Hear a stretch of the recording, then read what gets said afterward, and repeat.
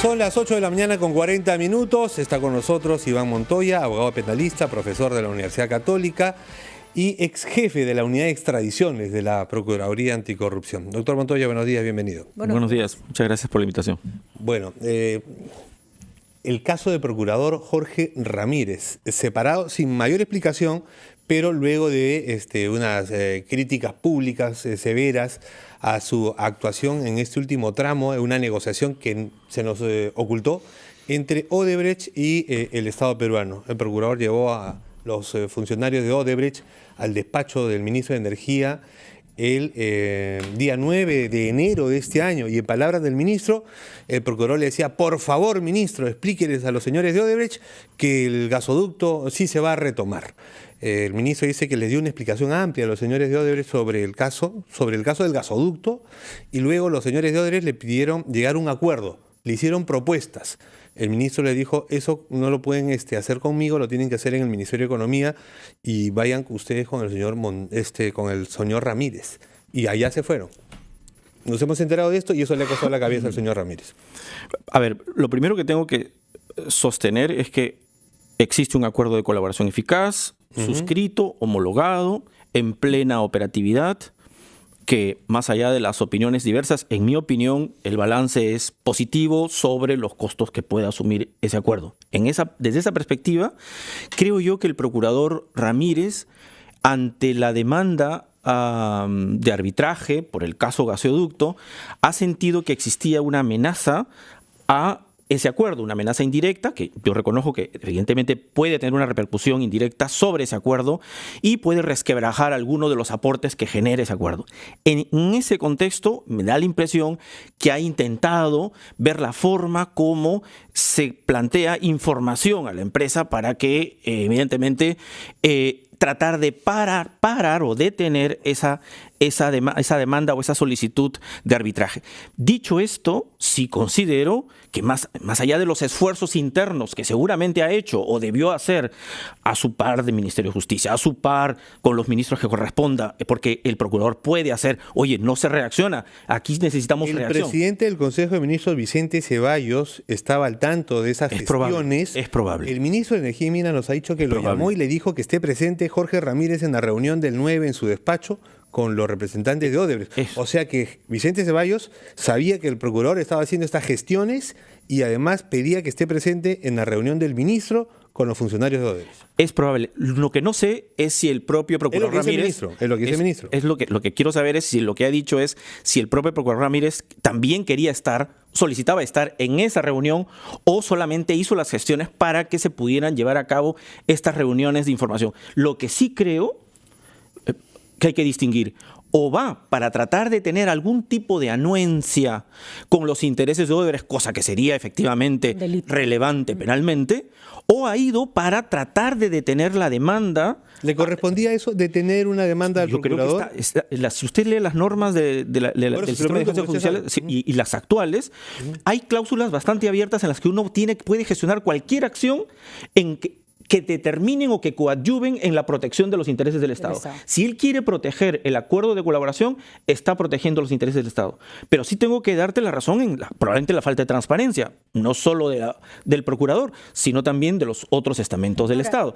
Y creo yo, si querían un poco, creo que sí era como falto de criterio estar presente en esas reuniones. Yo creo que uno puede agotar: oye, no hay reacción del Estado, para que le informen si se va a convocar una nueva licitación, si esa valoración de los tubos se le va a reconocer o no se le va a reconocer, cosa que yo creo que no se le debe reconocer, o que una tercera empresa las puede adquirir. Odebrecht quería lograr un acuerdo y eso es lo que se gestionó y se trató en la reunión.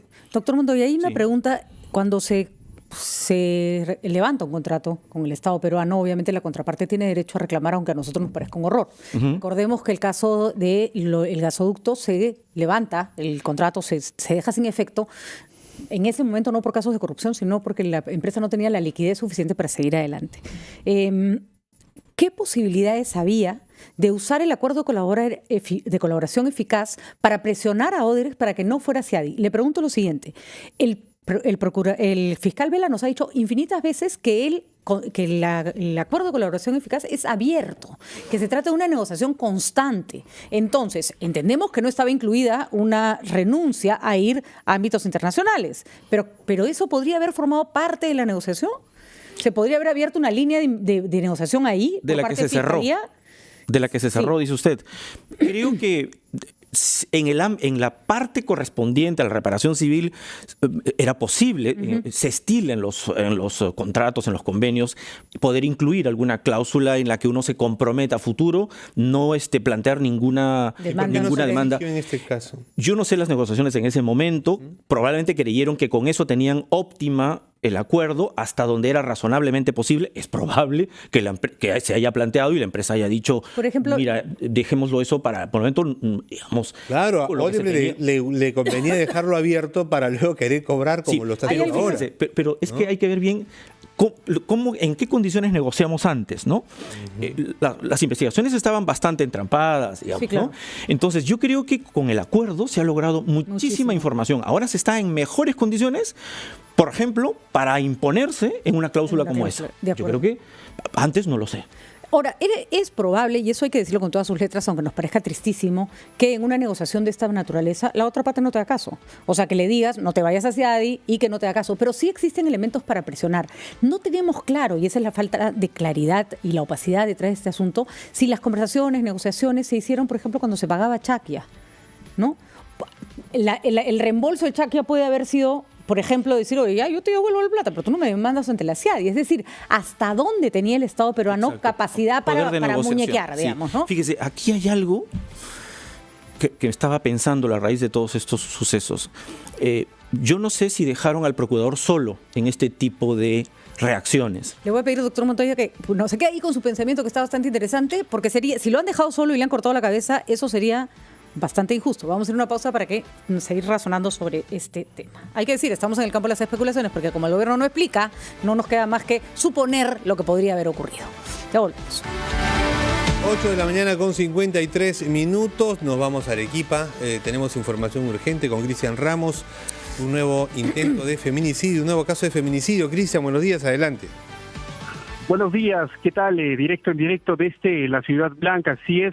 La policía de homicidios del Depinte ha detenido al mototaxista Ángel Córdoba Mamani, de 24 años, a ser considerado como el principal sospechoso de la joven madre Kellen Cañaza Condori, también de 24 años, quien estaba desaparecida desde el último domingo y cuyo cadáver fue encontrado en un descampado del anexo La Ensalada, esto en la provincia arequipeña de Islay. Córdoba Mamani, el detenido, está con detención preliminar de 72 horas. Fue intervenido cuando manejaba su moto lineal. Según la policía, al momento, de intervenir, él trató de fugar. Él ha contado a la policía que el último domingo salió con la víctima, con Helen, a una discoteca, tuvieron una discusión y posteriormente él indica que la joven habría subido a un auto blanco, pero esto no es muy creíble por la policía. Es por eso que se ha pedido esta detención preliminar de 72 horas. En este momento el cuerpo ya está siendo entrado a la morgue central para realizarle la necropsia de ley. Hay que resaltar que en Arequipa, con este caso, ya serían 3 casos de feminicidio en lo que va del año. Directo en directo, RPP Noticias. Trágica cifra, Cristian. Solo una pregunta. ¿La causa de la muerte ha sido identificada o por lo menos se sospecha cómo murió la persona asesinada? Sí, hemos hablado con un agente de homicidios y nos ha indicado que la mujer presenta algunas lesiones, pero en la necropsia de ley se va a determinar la causa precisa por lo que habría fallecido esta joven madre, que deja en orfandad a un niño de tan solo 6 años de edad. Una tristeza realmente. Gracias, Cristian. Seguimos contigo para más información más adelante. Son las 8:55. Seguimos conversando con el abogado penalista, el profesor de la Universidad Católica, Iván Montoya, que además ha formado parte del equipo de extradición del Estado peruano y nos está ayudando a tratar de dilucidar qué fue lo que podría haber ocurrido en Procuraduría, en los ministerios responsables sobre el contrato que se escindió con Odebrecht a raíz del gasoducto, que hay que decirlo, se tenía que cerrar de alguna manera ese tema y nunca se cerró.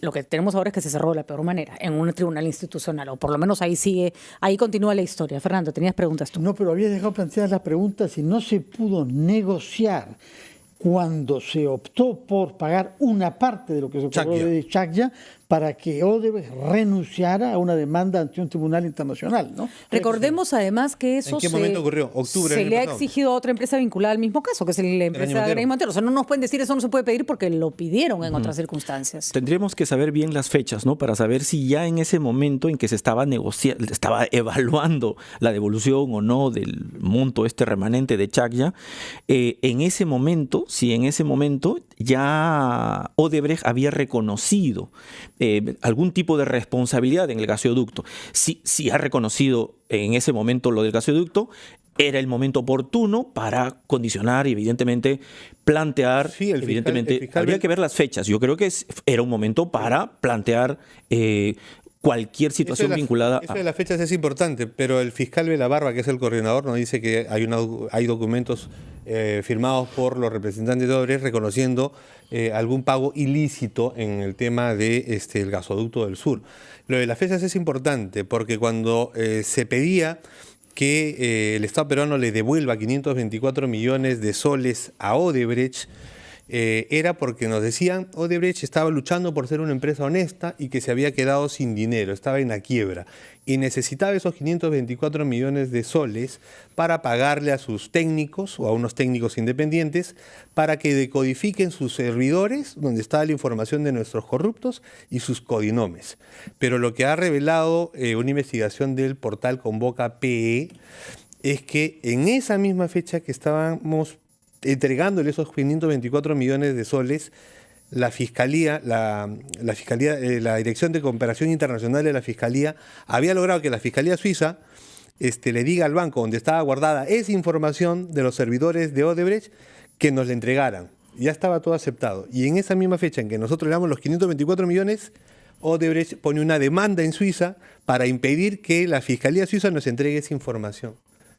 ¿Por qué no se nos informó de eso? Y además es un contrasentido. Nos piden 524 millones de soles para entregarnos información y cuando se los damos lo que hacen es más bien es bloquear la entrega de esa información desde Suiza. Mire, ahí la empresa seguramente juega con sus propios intereses. La importancia sería... La empresa, pero nosotros... Lo que usted dice sería grave, pero habría que ver cuál es la fuente de Convoca para saber la Fiscalía Suiza y la Fiscalía Peruana. Habría que verla bien y tendríamos que tener aquí al fiscal Vela para que explique eso que usted está preguntando, ¿no? Para saber, porque si no sería un comportamiento impropio, además poco transparente y habría que sospechar evidentemente, pero me cuesta trabajo creer y creo que el fiscal siempre aclara o por lo menos precisa las razones por las cuales actúan o no actúan de una determinada manera. El colega Oscar Libón de Convoca P es el que ha desarrollado la información y tiene los nombres. Pero tiene la entrevista con Vela para saber su versión. No, con Vela no. Pero sería importante, ¿no? Sería importante. Quisiera regresar a los temas centrales y saber si lo hemos comprendido bien.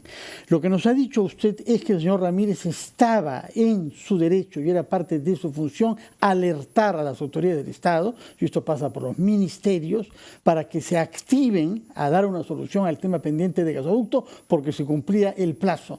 Y que en ese sentido esta vehemencia de ir a los ministerios no es en sí misma reprochable, sino lo es el hecho de que haya participado él en la reunión entre ministros Liu y ejecutivos de Odebrecht, lo que explicaría que se le ha separado, pero dándole las gracias por los servicios prestados a la nación. El doctor Montoya nos decía hace un momento que existiría la probabilidad de que lo han dejado solo. ¿A qué se refería con eso a raíz de la pregunta de Fernando? Es que como más o menos se sabe por los medios de comunicación, la preparación que venía realizando a paso Odebrecht para ver la forma de plantear esta demanda arbitral parece que no era tan desconocida. Probablemente muchos han creído que no lo iba a materializar, que solo estaba preparando el terreno por si acaso, pero que no lo iba a materializar. Probablemente ese ha sido el sentido de algunos. Pero lo responsable hubiera sido mantener alerta y tener algunas reacciones. Creo que al final, al producirse el vencimiento del plazo en enero de este año, creo que lo que hemos visto es que solamente el procurador ha podido estar como realizando determinadas acciones para reaccionar. Creo que lo que le dije yo es una intuición, ¿no? Que parece que lo han dejado un poco solo. En el tiempo en que nosotros, lo que les decía un poco fuera de micrófono, es que en el tiempo en que nosotros trabajábamos, temas como la vinculada a la extradición, que era un tema complejo, teníamos decenas de personas que se habían fugado de la jurisdicción peruana y había extradiciones complicadas y complejas de altos funcionarios, ¿no? En ese tiempo todavía. El presidente Fujimori. Evidentemente, y ministros generales que estaban prófugos.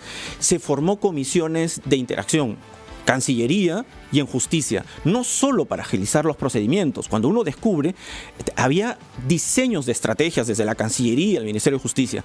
Creo aquí, Sicresi tenía una función que cumplir, pero no solo Sicresi, creo que se ha debido de formar, dado que se trata de un megacaso muchísimo más grande, desde hace tiempo, órganos de coordinación intersectorial, MEF, Ministerio de Justicia, Ministerio de Energía y Minas, Presidencia del Consejo de Ministros, para tener reacción rápida y no dejar solo a un procurador que tiene funciones más limitadas que ver negociaciones de gran calado como esta, ¿no?